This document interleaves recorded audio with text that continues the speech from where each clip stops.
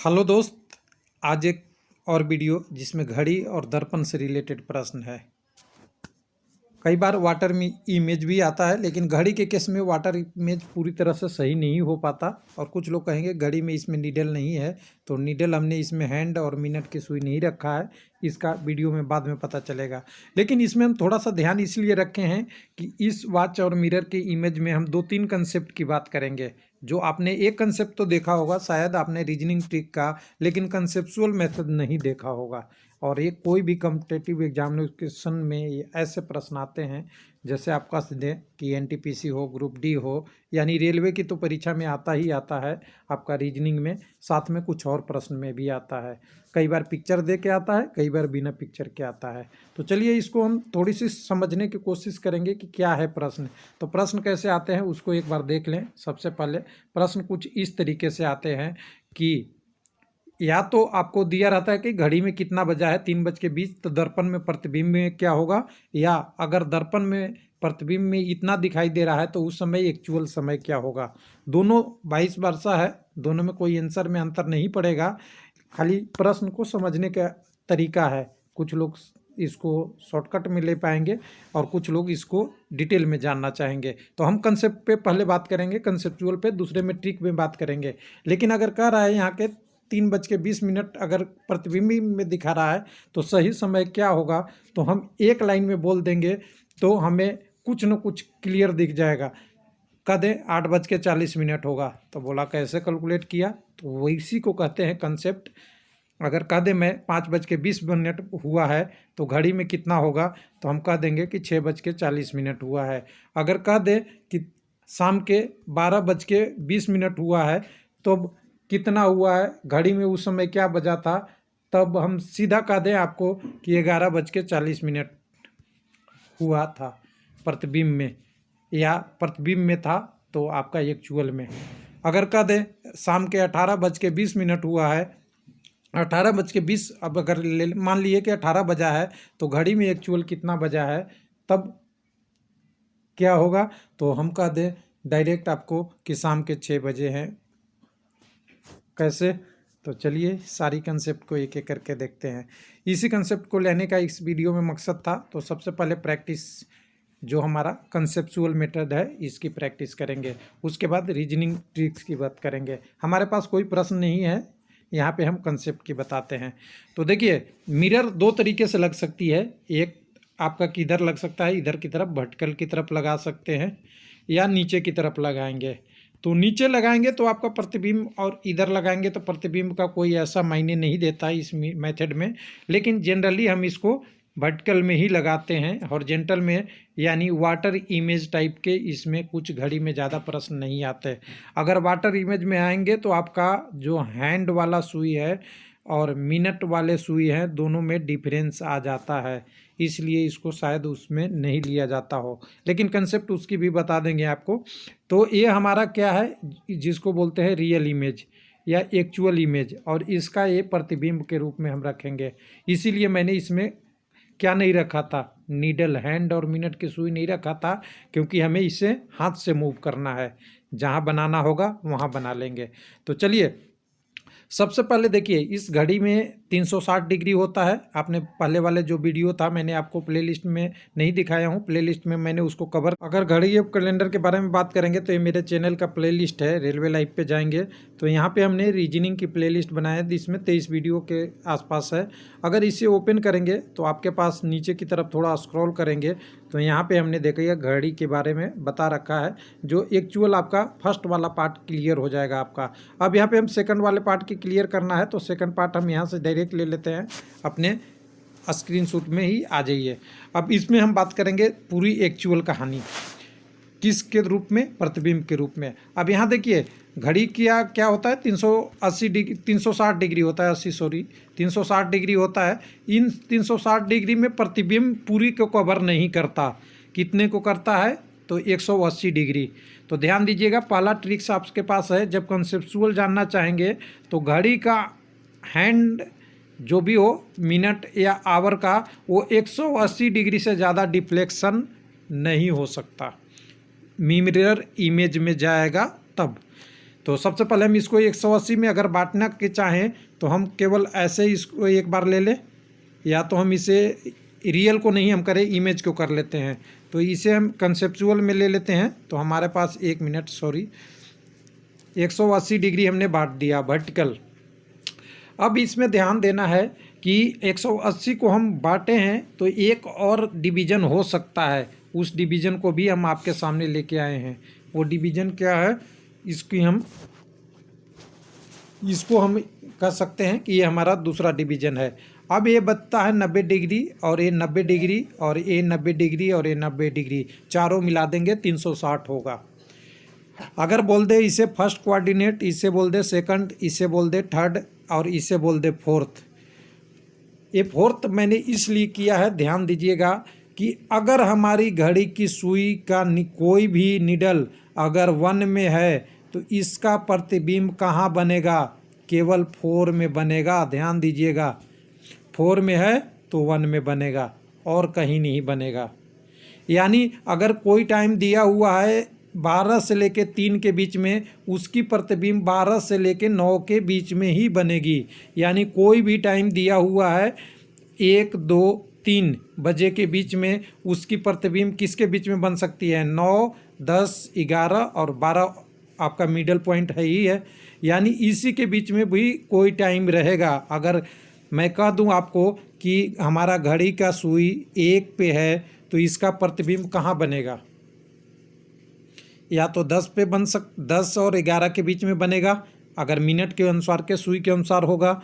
अगर 2 पे है तो आपका इधर 10 की तरफ बनेगा, अगर 3 पे है तो 9 पे बनेगा। यानी ये इसकी प्रतिछाया है। क्या है, प्रतिछाया है। कहीं कंसेप्ट आपने नहीं देखा होगा। उसी तरह अगर आपको एग्जाम्पल अगर दे दें कि अगर आपकी घड़ी की सुई, ध्यान से देखिएगा इसको समझने के लिए, अगर आपकी घड़ी की सुई 3 से 6 के बीच में है तो इसका प्रतिबिंब 6 से 9 के बीच में तो अभी तक हमने 2 चीज़ बात कर लिया। एक तो कि अगर कोई पिक्चर 1 में है तो उसका प्रतिबिंब 4 में बनेगा, अगर 2 में है तो उसका प्रतिबिंब 3 में बनेगा, चाहे आवर की सुई हो या मिनट की सुई है। दूसरा, रिफ्लेक्शन जो घड़ी का होगा 180 डिग्री के टर्न में ही घूम सकता है, ज़्यादा से ज़्यादा चेंज होगा प्रतिबिंब में। और जो थर्ड बताने वाले हैं वो आप ध्यान से देखिएगा, आवर और मिनट के बीच जो एंगल किस में होगा, रियल में होगा, चाहे 45 डिग्री हो या जितनी भी हो, वो एंगल आपकी प्रतिबिंब में भी होगी। अब एग्जाम्पल से समझते हैं इसको, तीनों चीज़ों को अप्लाई करके। अगर बोल दे कोई आपको कि 15 मिनट हो रहा है 4 बज के, तो देखिए 4 बजने के बाद तो 4 से थोड़ी आगे आवर की सुई चली जाएगी, ये मिनट की सुई रहेगी। अब इसका प्रतिबिंब बताना है कितना बज रहा है। तो इसको ध्यान से देखने के बाद आपको एक टर्म दिखेगी कि हमने बोला था कि सेकंड का प्रतिबिंब किस में बनेगा, थर्ड में बनेगा, 1 में नहीं बनेगा, 4 में नहीं बनेगा। यानी ये इसमें नहीं जाएगा ऊपर की तरफ, ये नीचे ही बनेगा। यानी 180 डिग्री वाला भी फॉलो हो रहा है। अब कह रहे हैं जो आपका मिनट का सुई कहाँ था, 15 पे, तो इसका प्रतिबिंब 3 में बनना है, तो सीधा अपोजिट हो जाएगा, यानी 45 पे चला जाएगा।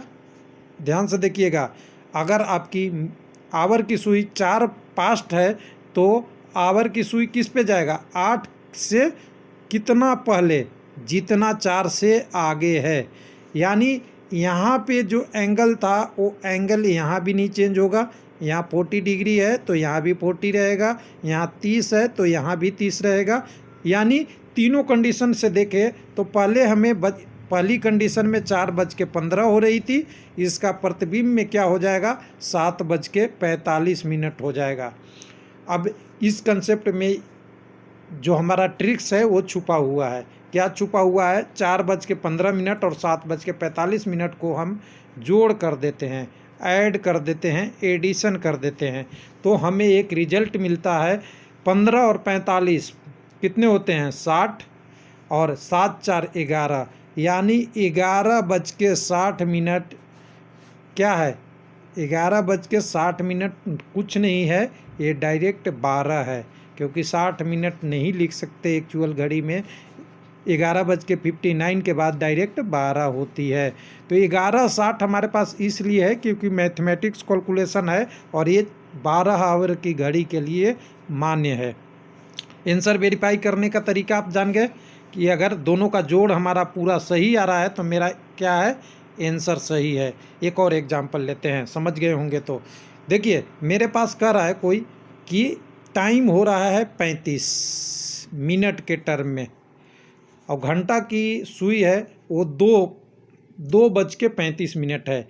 तो आप इसको 2 नहीं लेके क्या लेना पड़ेगा, 2 से थोड़ी आगे होगी, क्योंकि आप जानते हैं कि अगर एक 1/2 यानी 0.5 डिग्री आपका 1 मिनट के अगर चलता है, सेकंड का आपका मिनट का सुई, तो आवर का सुई कितना 0.5 डिग्री का मूवमेंट होता है, तो ये भी मूव करेगा। तो उस हिसाब से अगर एक यहाँ पे आप देख लें कि 35 हो रहा है तो घड़ी की सुई 2 से कुछ आगे होगी।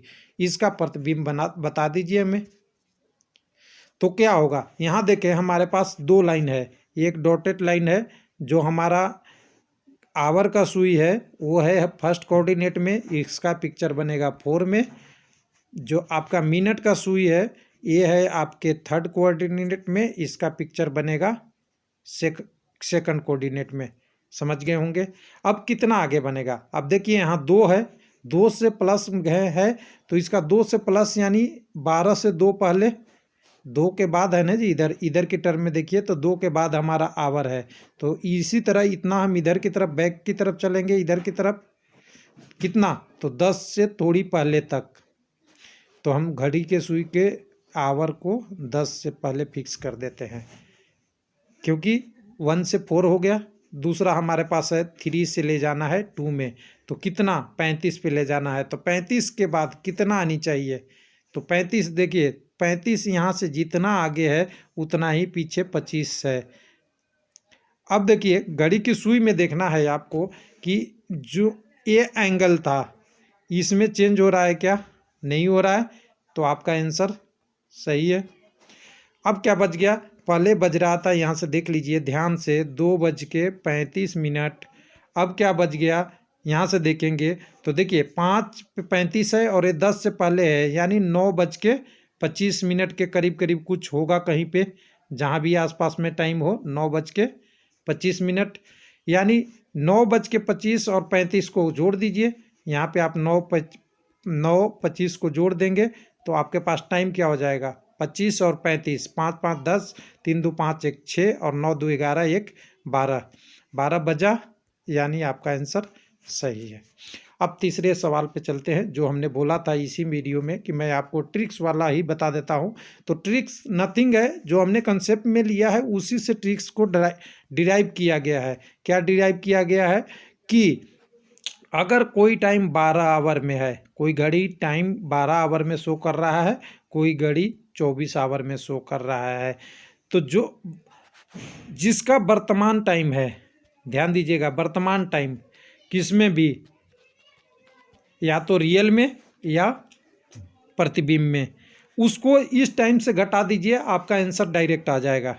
तो एग्जांपल ले लेते हैं, अगर कोई कहता है एक मैथ में कि 9:55 कितना हो रहा है, किसी घड़ी में 9:55 हो रहा है, तो इसका प्रतिबिंब क्या होगा, तो प्रतिबिंब क्या होगा, 12 हम नहीं लेना था, क्या लेना था 11:60 और 9:55। तो यहाँ से क्या आएगा 5 मिनट यहाँ से, और 11 में से कीजिएगा तो 2:05 होना चाहिए था। वही तो हमने बात किया था 2:05। कैसे, तो देखिए यहाँ पे 55 मिनट की सुई है, जो 55 मिनट की सुई यहाँ थी, इस रिफ्लेक्ट यहाँ से होके कहाँ जाएगी, इधर 5 पे, और जो आवर की सुई 9 से आगे थी वो कहाँ तक जाएगी, यानी यहाँ से जो पीछे है इधर की तरफ आएगी, 12 से लेके कहाँ तक आएगी, इस एंगल तक आएगी, यानी कहीं इधर लाए करेगी एंगल, कोई चेंज पहले भी नहीं अभी भी नहीं,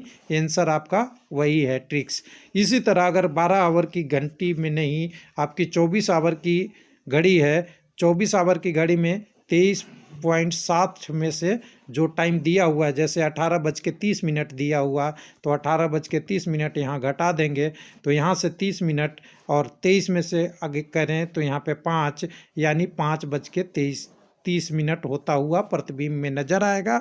या प्रतिबिंब में 5:30 हो रहा है तो एक्चुअल घड़ी में 18:30 होगा, कोई चेंज नहीं होगा। यानी कंसेप्ट सीधा कह रहा है, कह दे कि 8:30 और 12 आवर का घंटी है, तो अब हमारा एक्चुअल में 11:60 में से घटाएं तो हमारा 3:30 टाइम हो रहा है प्रतिबिंब में।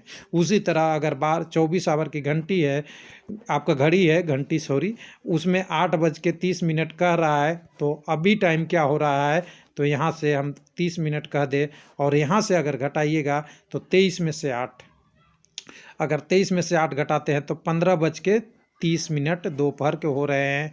अगर इसी को घड़ी को टाइम आपको 12 आवर में कन्वर्ट करना होता तो क्या बोलते हैं, 3:30 हो रहा है। सवाल एक ही है, कान इधर से पकड़िए या उधर से पकड़िए। अगर 3:30 भी निकाल लिए 12 आवर में, तो इसमें 12 आवर जोड़ दीजिए, 15:30 हो जाएगा 24 आवर के घड़ी में। तो ये पूरा प्रश्न था कंसेप्चुअल, और बहुत ज़्यादा डिफिकल्ट नहीं है, कोई भी कैंडिडेट इजी से कर सकता है। लेकिन क्या करते हैं लोग, प्रतिबिंब और घड़ी को मिलाने लगते हैं, कल्पना करने लगते हैं। अगर कल्पना कीजिए तो दुर्घटना हो सकती है, यानी गलतियां हो सकती है, क्योंकि प्रश्न में 5 मिनट और 4 मिनट का और 10 मिनट का ही स्लैब दिया हुआ रहता है, बहुत डिफरेंस टाइम नहीं रहता है। यानी ऑप्शन के टर्म में कहें तो ऑप्शन कुछ आपको इस तरह से दिया हुआ रहेगा, 7:50, 7:55, 8:10, यानी बहुत नज़दीक क्लोज वैल्यू दिया हुआ रहता है। इसलिए इस प्रश्न को आप थोड़ा सा कंसेप्चुअल करेंगे तो आप कंसेप्ट को क्लियर कर पाएंगे और कभी गलती एग्जाम में नहीं होगा। थैंक यू, धन्यवाद।